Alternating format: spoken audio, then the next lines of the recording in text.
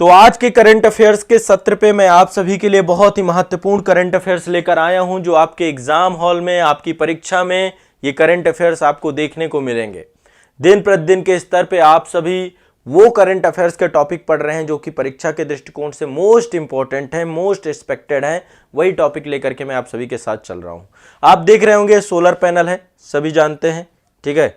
ये solar panel है, देख रहे हैं, ये सोलर पैनल है। सौर ऊर्जा को लेकर हम बहुत तेजी से काम कर रहे हैं। भारत सरकार की बहुत बड़ी जो है योजना है कि सोलर एनर्जी पे भारत बहुत बड़े स्तर का काम करे। तो एक संस्था है, India brand equity foundation, IBEF, ठीक है, एक संस्था है आपकी IBEF।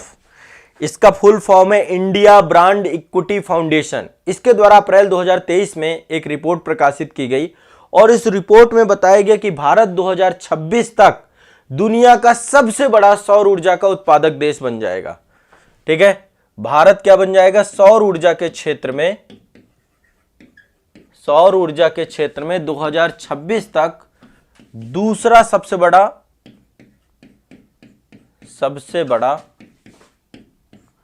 उत्पादक। अब देखो, हम लोग अनवीकरणीय ऊर्जा स्रोतों की ओर जा रहे हैं, जिसमें से सोलर एनर्जी सबसे इंपॉर्टेंट है। ठीक है, मैं तो कहता हूं भारत सरकार को एक काम और करना चाहिए। भारत सरकार गैस सिलेंडर दे रही है, भारत सरकार जो है सब सब्सिडी दे रही है। भारत सरकार को सब्सिडी सोलर में और देना चाहिए और हर घर के लिए सोलर, जैसे प्रधानमंत्री आवास योजना दे रही है, सब कुछ दे रही है।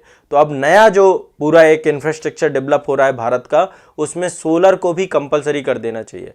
कुछ लोग तो देखो खुद ही लगवा लेंगे जो सक्षम है, ठीक है, लेकिन जो गरीबी रेखा के नीचे हैं, निम्न आय वर्ग से हैं, सब जगह सोलर पहुंचा देना चाहिए। वैसे इस दिशा में काम भी हो रहा है, लेकिन यदि घर घर सोलर, ऐसा ही पूरा एक कैंपेन चलाना चाहिए भारत सरकार को कि हर घर सोलर, घर घर सोलर। तो हर घर सोलर के लिए सरकार को सब्सिडी देनी पड़ेगी, टेक्नोलॉजी और चीज़ों को उपलब्ध कराना पड़ेगा। सौर ऊर्जा के क्षेत्र में जो है भारत के लोगों को जागरूक करना पड़ेगा। तो सोलर एनर्जी आ जाएगी तो आप लोगों की जो है एक आत्मनिर्भरता भी आ जाएगी। घर पे खुद बिजली बन रही है आपके, क्या दिक्कत है।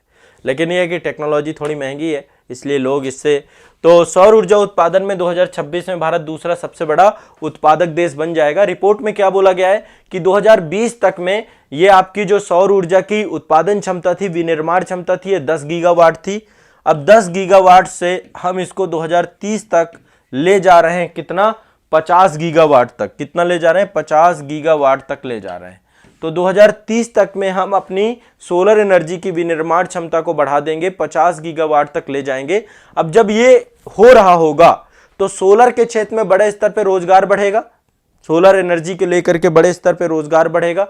ठीक है, 3 लाख से ज्यादा लोगों को प्रत्यक्ष रोजगार मिलेगा, 9 लाख से ज्यादा लोगों को अप्रत्यक्ष रोजगार मिलेगा। तो ये एक तरीके से देखिए, जब भी कोई नई तकनीकी आती है तो रोजगार सृजन की दिशा में उसका एक बहुत महत्वपूर्ण योगदान होता है।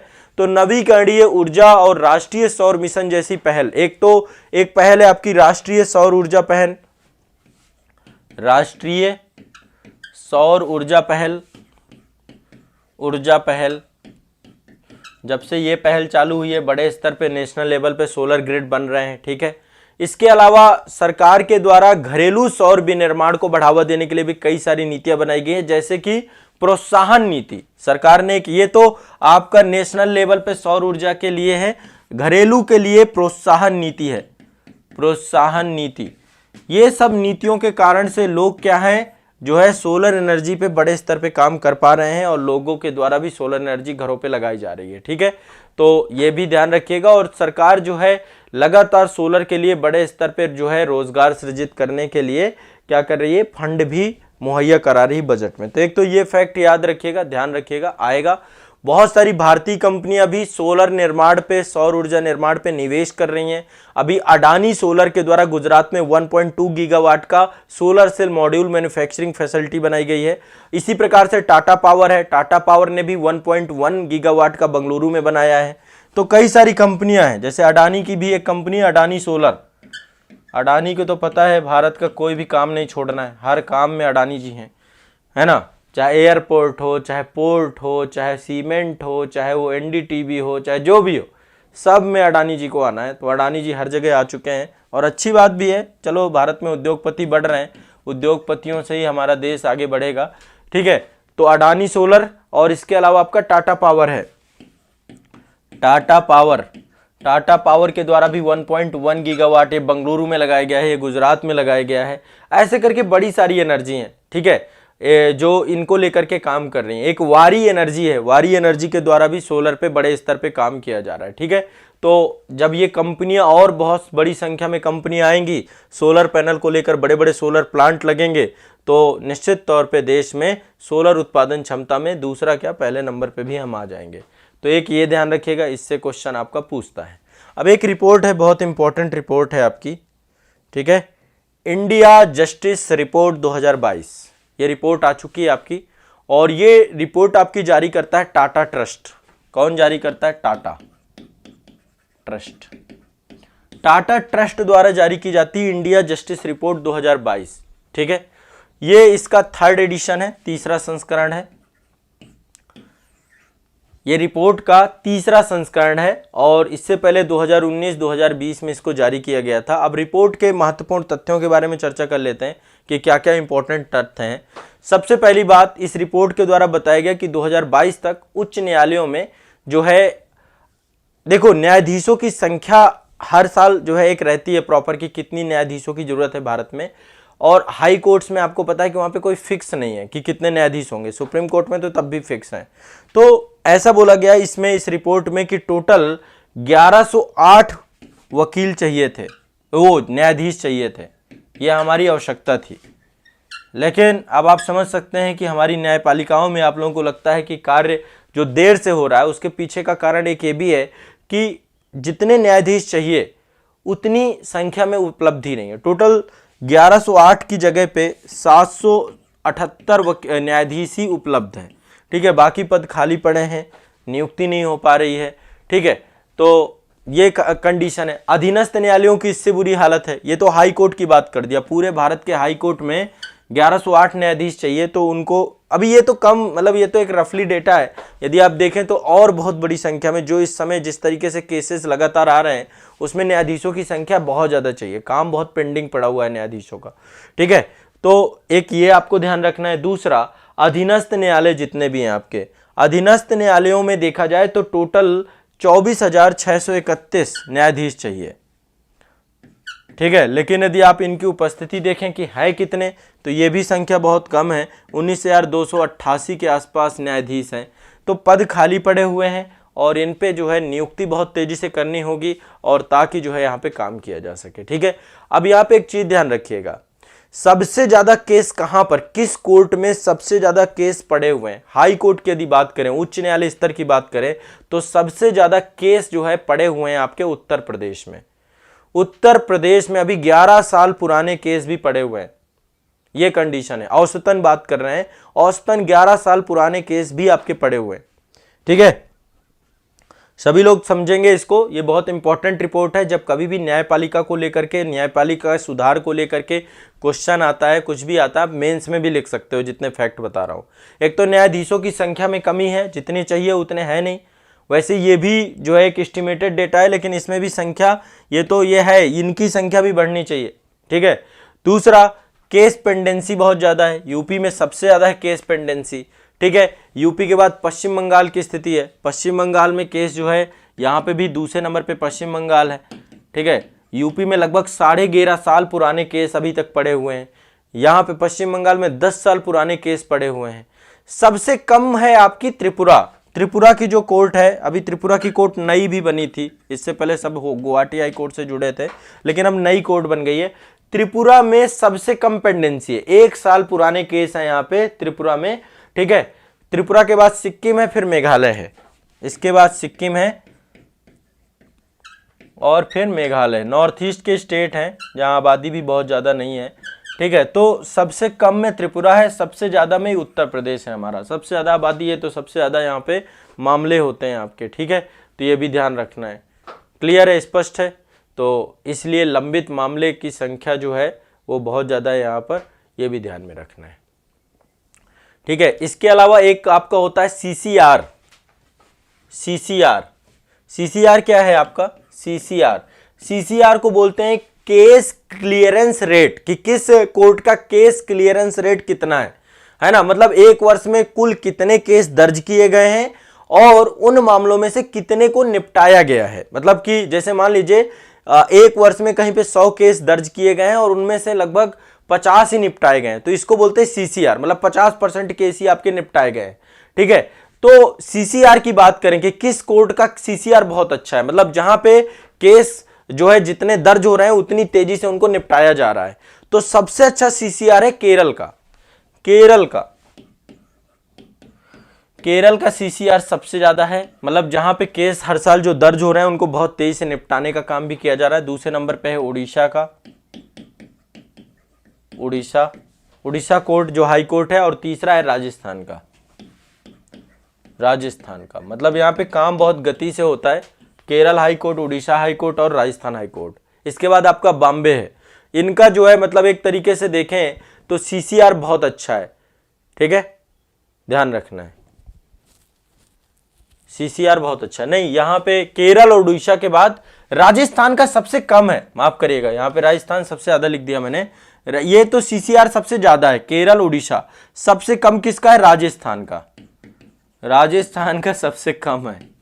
ठीक है, और दूसरे नंबर पे बॉम्बे है, इनका सीसीआर सबसे कम है, जहां पे केस जो है जो दर्ज हो रहे हैं उनको निपटाने की जो केस क्लियरेंस रेट है वो काफी कम है, ये भी ध्यान रखना है। ठीक है, और यहाँ पे एक चीज और ध्यान रखना है कि जो है बहुत तेजी से केस निपटाने का काम जो है, न्याय वितरण की बात जब यहाँ पे है कि न्याय वितरण करने वाले शीर्ष 8 राज्य कौन से हैं, जहां पे सबसे तेजी से जस्टिस मिलता है, तो न्याय वितरण करने में सबसे नंबर 1 स्टेट है कर्नाटक। ठीक है, सबका स्कोर पैरामीटर्स बनाए गए, उन पैरामीटर्स में सभी को जो है तो न्याय वितरण करने में, न्याय वितरण नंबर 1 है कर्नाटक, फिर है आपका तमिलनाडु, फिर है नंबर 2 आपका तमिलनाडु, और नंबर 3 है आपका यहाँ पे तेलंगाना। साउथ के स्टेट हैं सारे। ठीक है, न्याय वितरण में टॉप 3 स्टेट आपके कौन कौन से हैं। ठीक है, ध्यान रखना है, कर्नाटक, तमिलनाडु, तेलंगाना, फिर गुजरात है, फिर आंध्र प्रदेश है। टॉप 3 कम से कम याद रखिए आप लोग। ठीक है, तो न्याय वितरण के मामले में 1 करोड़ की आबादी वाले में 18 प्रमुख मध्यम आकार के राज्यों में कर्नाटक पहले नंबर पे, तमिलनाडु दूसरे नंबर पे, तेलंगाना तीसरे नंबर, हमारा यूपी 18वें नंबर पे है, उत्तर प्रदेश 18वें नंबर पे। ठीक है, तो न्याय वितरण के मामले में भी हम बहुत पीछे हैं, समझ सकते हैं आप। ठीक है, और 1 करोड़ से कम आबादी वाले भी हैं। देखो 2 कैटेगरी बनाई गई है न्याय वितरण के मामले में, एक तो बनाई गई 1 करोड़ से अधिक आबादी। ठीक है, 1 करोड़ से अधिक आबादी वाले स्टेट, तो इसमें से आपके 18 स्टेट है टोटल, 18 में से नंबर 1 में कर्नाटक है, फिर आपका तमिलनाडु है, फिर ये है। ठीक है, और फिर एक है 1 करोड़ से कम, तो 1 करोड़ से कम में आपका 7 स्टेट आते हैं टोटल इसमें, जिसमें से सिक्किम है आपका, सिक्किम नंबर 1 है न्याय वितरण के मामले में। तो ये इंडिया जस्टिस रिपोर्ट है। अब देखो इसमें क्या क्या पॉइंट मैंने आपको बताए। पहला पॉइंट बताया कि भाई न्यायाधीश हाई कोर्ट में इतने होने चाहिए, 1108 हैं 778। लोअर कोर्ट अधीनस्थ न्यायालयों में 24,631 होने चाहिए, हैं 19,288। तो एक तो न्यायाधीश कम है, अब न्यायाधीश कम है तो ये बड़ी बुरी स्थिति है। इसके बाद सीसीआर की बात हुई कि भाई सीसीआर कैसा है, तो सीसीआर के बारे में मैंने बताया कि सबसे अच्छा है केरल का और उड़ीसा का, सबसे बुरा है राजस्थान और बॉम्बे का। ठीक है, इसके बाद कहाँ पे केस जो है आपके जो केस निपटान को लेकर के, यहाँ पे यूपी में सबसे ज़्यादा केस पेंडेंसी है, फिर पश्चिम बंगाल में सबसे कम केस पेंडेंसी त्रिपुरा में है, सिक्किम में, मेघालय में, यहाँ पे 11 साल पुराने मामले भी पड़े हुए हैं। तो आप समझ सकते हो कि स्थिति क्या है, न्याय डिले हो रहा है बहुत ज़्यादा। और यहाँ पे न्याय वितरण के मामले पे नंबर 1 पे कर्नाटक, नंबर 2 पे तमिलनाडु, नंबर 3 पे तेलंगाना, और छोटे राज्यों में सिक्किम नंबर 1 पे। ठीक है, तो ये आपको ध्यान रखना है।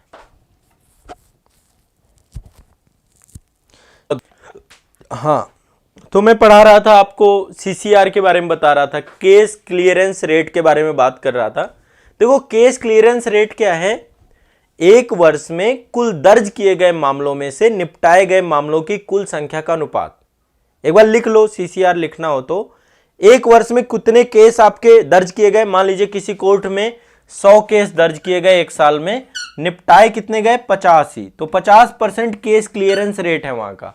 ठीक है, तो यही है कि लंबित मामलों की संख्या कितनी है, उसी का एक अनुपात है, रेशियो है। ठीक है, CCR ध्यान रखिएगा। और CCR कई बार 100 से ज्यादा जिसका है उसका मतलब है कि लंबित मामलों की संख्या कम हो रही है। ठीक है, ठीक है। तो देखो यहां पे ये इंडिया जस्टिस रिपोर्ट में पढ़ा रहा था आपको। इसमें पहले तो मैंने बताया कि देखो हाई कोर्ट में 1108 चाहिए, हैं 778 ही। जो लोअर कोर्ट है आपकी अधीनस्थ न्यायालय, यहाँ पे 24,631 न्यायाधीश चाहिए, है 19,228 ही। ठीक है, तो ये इस तरीके से यहाँ पे मैंने बताया। फिर मैंने बताया केस पेंडेंसी सबसे ज्यादा कहाँ है, यूपी में, पश्चिम बंगाल में दूसरे नंबर पे, सबसे कम कहाँ है, त्रिपुरा में, सिक्किम में सबसे कम है। ठीक है, इसके बाद जो है आपको मैंने ये बताया कि न्याय वितरण की बात करें तो न्याय वितरण में नंबर 1 में कर्नाटक है, फिर तमिलनाडु है, फिर तेलंगाना है। ठीक है, और हमने CCR की बात भी, केस क्लियरेंस रेट की सबसे अच्छा है आपका केरल का, फिर उड़ीसा का, सबसे कम किसका है, राजस्थान का, बॉम्बे का। ठीक है, और ये टाटा ट्रस्ट के द्वारा इंडिया जस्टिस रिपोर्ट जो है आपकी 2022 की जारी की गई है। शायद मेरे ख्याल से सारे पॉइंट क्लियर हो गए सभी के। एक बार बताएं क्या ये वाला टॉपिक आपका क्लियर हो गया? ठीक है, ये टॉपिक आपका क्लियर हो गया। एक चीज और ध्यान रखिएगा, जेलों में कैदियों की वृद्धि की बात करें तो कैदियों की संख्या में वृद्धि भी हो रही है। मतलब लगातार जो है अभी बहुत सारे कैदी ऐसे हैं जो अंडर ट्रायल हैं। देखो दो चीजें होती है, एक तो होती है जुडिशियल कस्टडी, एक होती है पुलिस कस्टडी। जुडिशियल कस्टडी में क्या होता है, जब कभी कोई केस होता है, मान लीजिए किसी के ऊपर केस होने के बाद जब उसको मजिस्ट्रेट के सामने ले जाते हैं, न्यायालय के सामने ले जाते हैं, तो वहां पर उनके ऊपर होता है कि या तो आपको पुलिस कस्टडी में दे दें, पुलिस कई बार अपनी कस्टडी में मांगती है, जैसे अभी अतीक अहमद मामले में था कि पुलिस कस्टडी में अतीक अहमद को दे दिया गया। दूसरा तरीका होता है कि जब जुडिशरी को लगता है कि भाई इसको जुडिशियल कस्टडी में लेना चाहिए, तो जब जुडिशियल कस्टडी में लेते हैं तो फिर उसके लिए जेल आपको भेज दिया जाता है। जो जेलें होती हैं जब न्यायपालिका सजा सुनाती है तो सब जुडिशियल कस्टडी के अंतर्गत आता है, या फिर कुछ समय के लिए जेल भेज दिया जाता है, फिर ट्रायल चलता रहता है। पुलिस वाले जेल से लेकर के आपको कोर्ट लेकर के आते हैं, फिर कोर्ट से फिर आप जेल जाते हैं, फिर तो पुलिस का एक काम होता है, एक तरीके से पूरा का कोऑर्डिनेशन बना हुआ है आपका जेलों से, पुलिस और जो है न्यायपालिका ये जुड़ी हुई आपकी। तो 2021 में जेलों में कैदियों की संख्या लगातार बढ़ रही है 10.8%। ये कोई अच्छी बात नहीं है, अपराध की प्रवृत्ति भी बढ़ रही है। और साथ ही कैदियों की संख्या में वृद्धि होने के साथ अंडर ट्रायल कैदी भी बहुत है। 77% कैदी जो है अंडर ट्रायल हैं, जिनका अभी केस पता नहीं चला है कि उन्होंने अपराध क्या किया था। ठीक है, अभी उनका अपराध तय नहीं हुआ है, उनको सजा नहीं मिली है। ये सोचिए एक बहुत बड़ा मामला है, लोगों के ऊपर बहुत सारे केस दर्ज हो जाते हैं, फिर इसके बाद वो न्यायपालिका के जो ये जस्टिस डिले है, मतलब 11-11 साल पुराने मामले अभी यूपी में पड़े हुए हैं, 9 साल 10 साल पुराने मामले पश्चिम बंगाल में पड़े हुए हैं। हर कोर्ट की यही स्थिति है, तो लोग जो है जुडिशियल कस्टडी में पड़े हुए हैं, ऐसी कंडीशन भी है। ठीक है, तो एक तो ये है। दूसरा, देश के उच्च न्यायालय और जिला न्यायालयों में ये इंडिया जस्टिस रिपोर्ट बहुत जरूरी है, ध्यान रखना, ये रिपोर्ट आप अपने साथ जोड़ लीजिएगा। तो अभी देखो कैदियों की संख्या बढ़ रही है लगातार। 77% कैदी आपके कितने हैं, 77% कैदी आपके अंडर ट्रायल हैं, जिनके ऊपर अभी कोई अभियोग तय नहीं हुआ है कि उनको कौन सी सजा होगी, क्या होगा। दूसरा, देश के जो हाई कोर्ट हैं और जो लोअर कोर्ट हैं आपको पता है एक हाईरार्की बनी हुई है हमारी। हाईरार्की कैसे बनी हुई है, जिसमें सबसे ऊपर सुप्रीम कोर्ट बना है, फिर इसके बाद हमारे देश के सभी राज्यों में हाई कोर्ट्स हैं और फिर लोअर कोर्ट्स हैं, आपके अधीनस्थ न्यायालय हैं। ठीक है, अब जो लोअर कोर्ट और हाई कोर्ट में है, यदि हम दोनों को देखें तो टोटल 4.9 करोड़ केस लंबित हैं आपके। बहुत बड़ी संख्या होती है, 4.9 करोड़ केस लंबित हैं आपके, ये भी दिमाग में ध्यान रखिएगा। ठीक है, एक और डेटा आपको बताता हूं, इसको वुमन इंपावरमेंट में यूज कर लेना, महिला सशक्तिकरण में यूज कर लेना।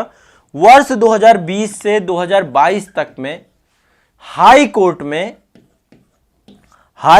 में महिलाओं की संख्या बढ़ी है, मतलब जज के तौर पे लगभग 2% महिलाओं की संख्या में वृद्धि हुई है। और जिला अदालत स्तर की बात करें तो जजों की संख्या लगभग 35% महिला जज हैं। जिला स्तर पर महिला जजों की संख्या 35% है लोअर कोर्ट के स्तर पर, और हाई कोर्ट के स्तर पर लगभग 2020 से 22 में 2% संख्या बढ़ी है। तो अब आपको पता है कि नारी शक्ति, महिलाएं, बच्चियां, इस बार यूपी पीसीएस में टॉप 8 में महिलाएं, बच्चियां ही थी, है ना। पहली टॉपर, दूसरी टॉपर, तीसरी टॉपर, चौथी टॉपर, तो अब हर जगह तो टॉपर ही है। आरजीएस का एग्जाम होता है या हाई कोर्ट के एग्जाम जो होते हैं या फिर जहाँ पे जुडिशियल एग्जाम होते हैं, हर जगह बच्चियाँ बहुत अच्छा परफॉर्म करती हैं। ठीक है, तो आप लोग भी पढ़ो, पढ़ाई पे ध्यान दो।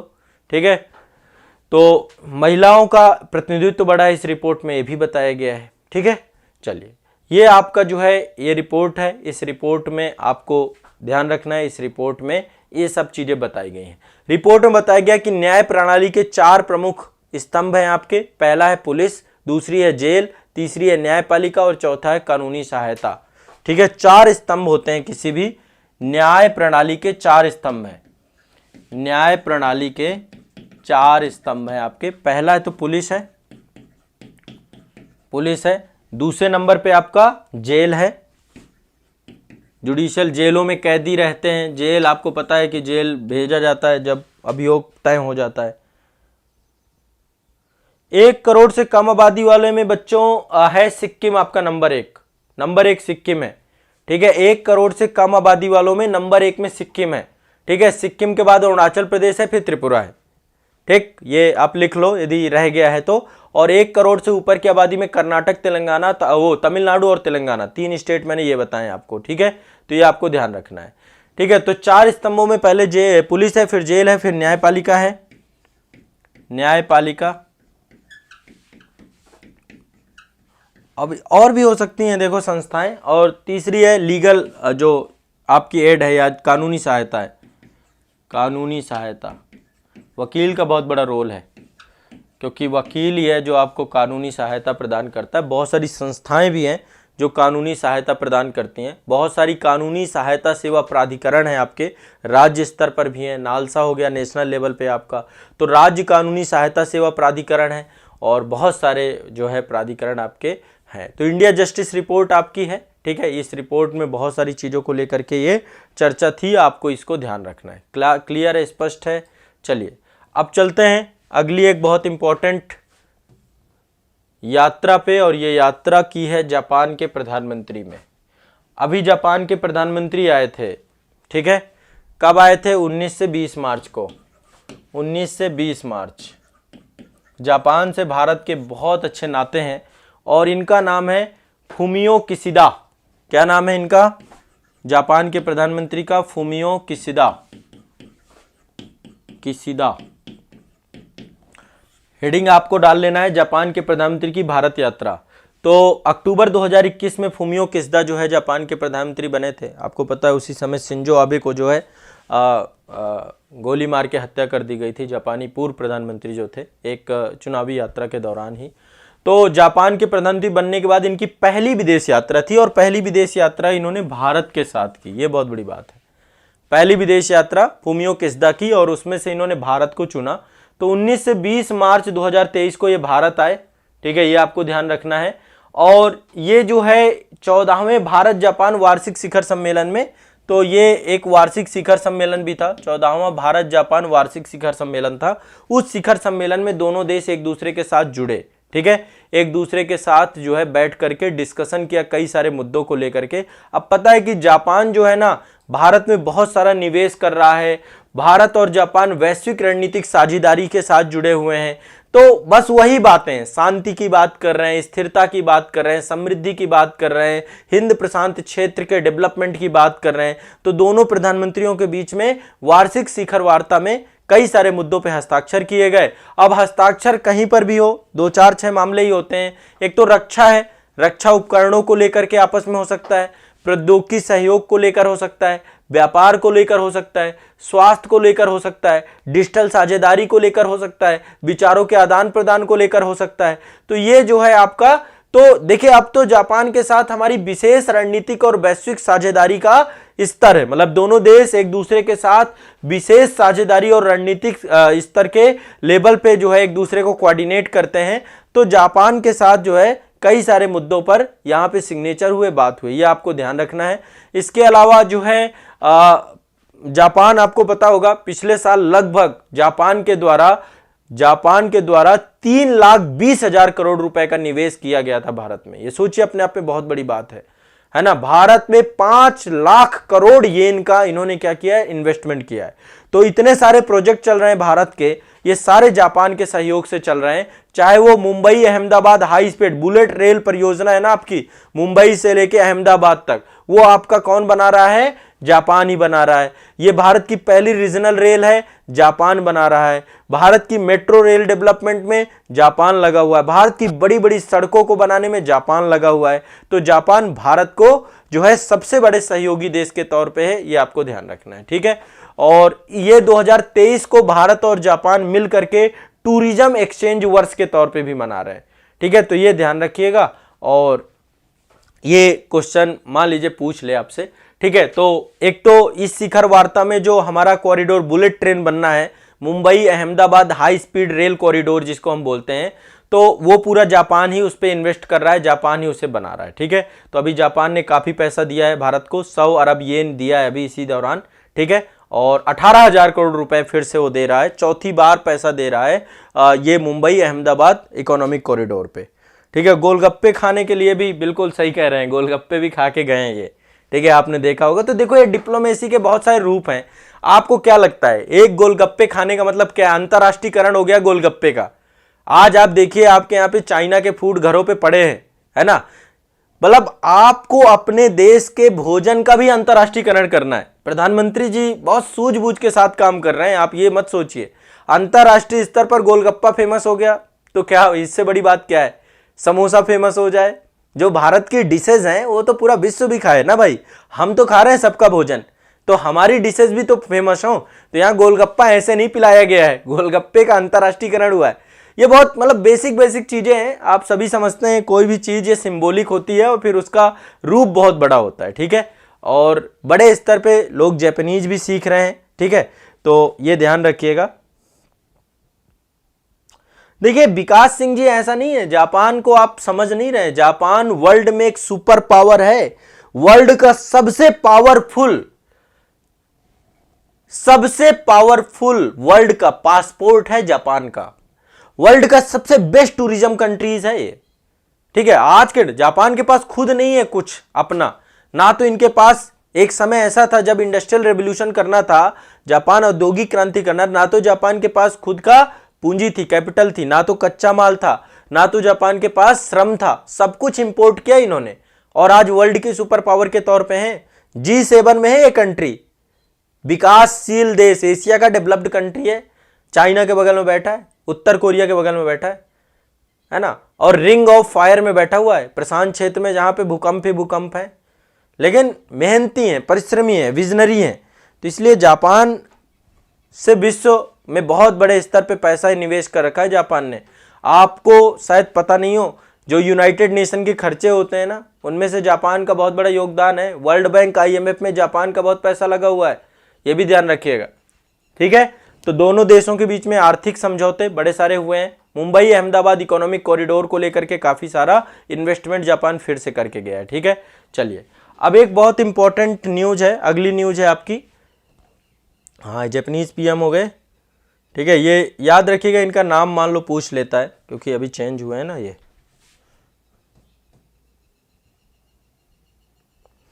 ये देखिए हम आ गए चाय बागान में। मैं आप लोगों के लिए एक वीडियो शूट करके लाया था, अभी तक पब्लिश नहीं कर पाया हूँ, और वो मैं लेकर आया था आपका ये जो टी बागान क्षेत्र है उसका जो है भारत दर्शन का वीडियो था। बड़ा शानदार मनोरम दृश्य था। तो ये तो हिमाचल प्रदेश की कांगड़ा चाय है। हिमाचल प्रदेश की कांगड़ा चाय को यूरोपीय आयोग के द्वारा GI टैग प्रदान किया गया है, ठीक है। यूरोपीय आयोग, जो यूरोपीय यूनियन है उसका खुद का एक आयोग है जिसको हम यूरोपीय आयोग कहते हैं। तो भारत की कांगड़ा चाय के लिए उन्होंने क्या दिया है? GI टैग दिया है। क्या दिया है? GI tag. किसके द्वारा दिया गया है? यूरोपीय आयोग के द्वारा। आयोग किसको दिया गया है? कांगड़ा चाय को। कांगड़ा चाय को।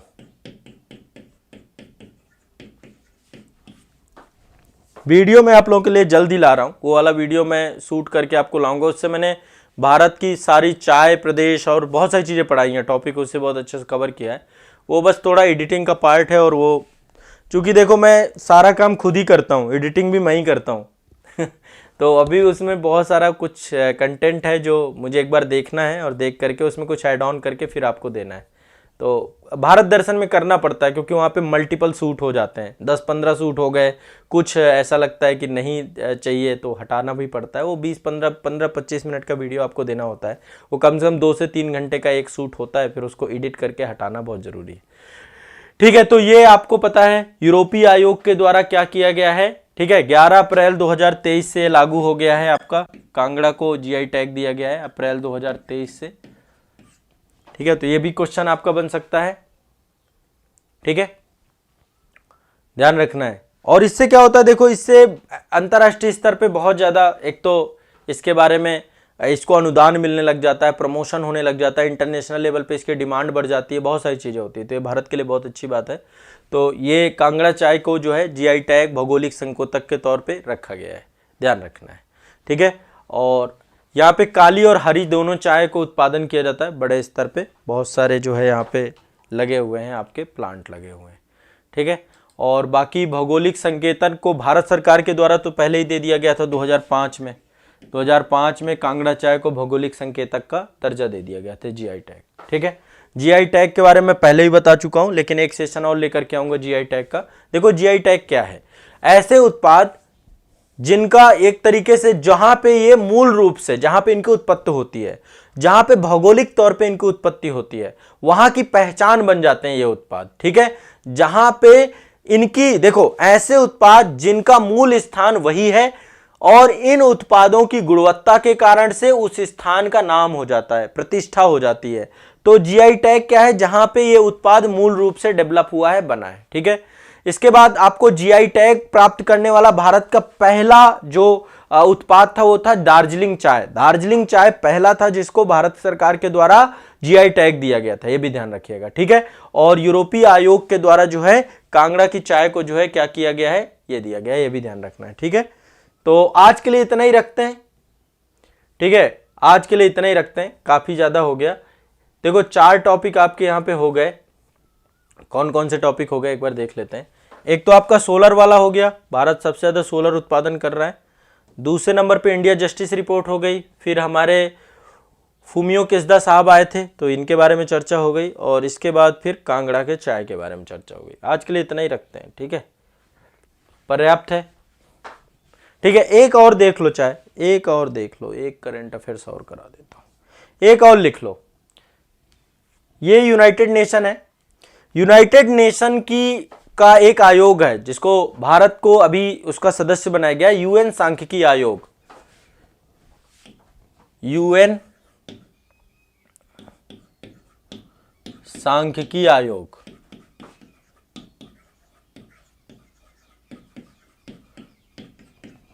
यूएन सांख्यिकी आयोग का भारत को सदस्य बनाया गया है। ठीक है, सदस्य बनाया गया किसका, इसका एक संस्था है, ये नारकोटिक्स एंड एचआईवी कार्यक्रम के लिए बनाया गया है। नारकोटिक्स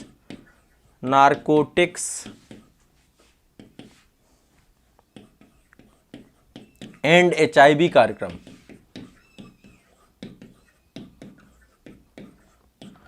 ठीक है, इनका जो बोर्ड है उस बोर्ड का सदस्य बना है भारत।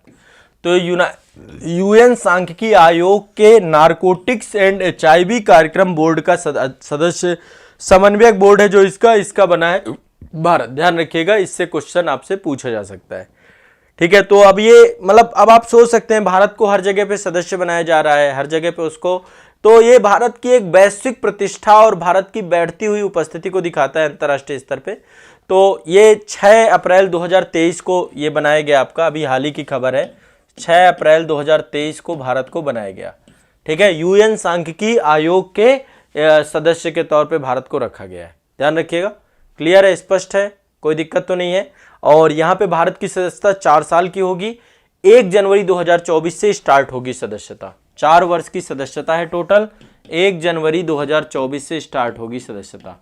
ठीक है, तो अभी घोषित कर दिया गया है अप्रैल में, लेकिन स्टार्ट होगी। अब ये पूरा काम क्या करती है, इसका काम होता है इस संस्था का जो सांख्यिकी आयोग है और उसका जो है नारकोटिक्स और एचआईवी बोर्ड पे है, तो ये जो मादक पदार्थ होते हैं, मादक पदार्थों के रोकथाम पर ये क्या करता है, अंतर्राष्ट्रीय स्तर पर निगरानी रखता है और इससे जुड़ी हुई जो संधियां होती हैं उनको लागू कराने का प्रयास करता है। ठीक है, और जो इसका एड्स कार्यक्रम है वो HIV एड्स रोकथाम के लेकर के जो दिशा निर्देश है उन पे काम करता है। तो आपको पता है कि भारत गोल्डन ट्रायंगल और गोल्डन क्रिसेंट दोनों के बीच में है, ठीक है, गोल्डन ट्रायंगल और गोल्डन क्रिसेंट, ठीक है, ईरान, पाकिस्तान और अफगानिस्तान, ये 3 कंट्री तो हमारे पूरब में है। यहां पे है लाओस, ठीक है, थाईलैंड और म्यांमार। बीच में हम हैं, बीच में हमारा देश है भारत।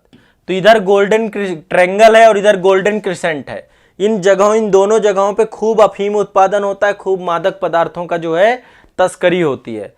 तो ऐसे में भारत का इस बोर्ड का सदस्य बनना बहुत बड़ी बात रखता है। तो मादक पदार्थ रोकथाम आयोग अंतर्राष्ट्रीय मादक पदार्थ नियंत्रण संधियों को लागू करने का काम ये करेगा। और HIV एड्स आपको पता है भारत में बड़ी संख्या में जो है इससे पीड़ित लोग हैं। तो इससे जुड़े हुए जो दिशा निर्देश कार्यक्रम है उसमें भारत जो है अब अपनी एक महत्वपूर्ण भूमिका रखेगा, ठीक है, ध्यान रखिएगा। तो ये भी बहुत इंपॉर्टेंट है। और आपको शायद मजे की बात एक और बता दूं, इसमें भारत के साथ दक्षिण कोरिया, संयुक्त अरब अमीरात और चीन, ये तीनों देशों के द्वारा जो है प्रतिस्पर्धा कर रहे थे और उसमें भारत जो है जीता, ठीक है। चीन को भी अब हम टक्कर दे रहे हैं, कई जगहों पे चीन को भी हम पराजित कर देते हैं, ठीक है। तो भारत को जो है सबसे ज्यादा वोट मिले और भारत को इसका सदस्य बनाया गया। चलिए, तो ये आपको ध्यान रखना है। और ये एक इंपॉर्टेंट न्यूज़ थी आपकी, सांख्यिकी बोर्ड का भारत सदस्य बना है, ठीक है। चलिए, तो आज के लिए इतना ही रखेंगे। अब आज के लिए इतना ही रखेंगे। किसमें अमित कुमार जी, कहाँ पे हेडिंग क्या डालना है? कांगड़ा टैक वाले को। एक तो ये आपको बस इसको लिख लेना है, ये वाला कि भारत को जो है यूनाइटेड नेशन सांख्यिकी आयोग, नारकोटिक ड्रग्स और UNHIV कार्यक्रम का समन्वयक बोर्ड का सदस्य चुना गया। और इसमें कुछ नहीं डालना है, ये डालना है कि हिमाचल प्रदेश की जो कांगड़ा चाय है उसको यूरोपीय आयोग के द्वारा GI टैग प्रदान किया गया, भौगोलिक संरक्षित प्रदेश प्रदान किया, संरक्षित भौगोलिक संकेतक बनाया गया, संरक्षित भौगोलिक संकेतक के तौर पे कांगड़ा की चाय को चुना गया यूरोपीय आयोग के द्वारा। बस ये लिख लेना है, बस इतना ही पर्याप्त है। और थोड़ा ना है उसमें दुनिया भर की बातें लिखोगे, कोई जरूरी नहीं है, सिर्फ इतना ही लिख लो, हिमाचल की कांगड़ा को यूरोपीय आयोग के द्वारा क्या किया गया, संरक्षित आपका भौगोलिक संकेतक दिया गया है, ठीक है, PGI दिया गया है। बस इनफ है, याद रखना। तो आज के लिए इतना ही रखते हैं। बाकी रट डालो, जितना अभी तक करा दिया इतना करंट रट डालो, करंट आपका यहाँ से नहीं छूटेगा, आपका काम हो जाएगा, ठीक है। तो इसी तरीके से पढ़ते रहो, खूब मेहनत करते रहो, जितना बताते जाएं उसको रटते जाओ, याद करते जाओ, रिवीजन करते जाओ, क्लास में ही चीज़ों को क्लियर भी बहुत सारी चीज़ें आपकी हो जाती होंगी, ठीक है। चलिए, बहुत बहुत शुक्रिया, धन्यवाद आप सभी का। अपना ध्यान रखिए, खूब पढ़ाई करिए, खूब मेहनत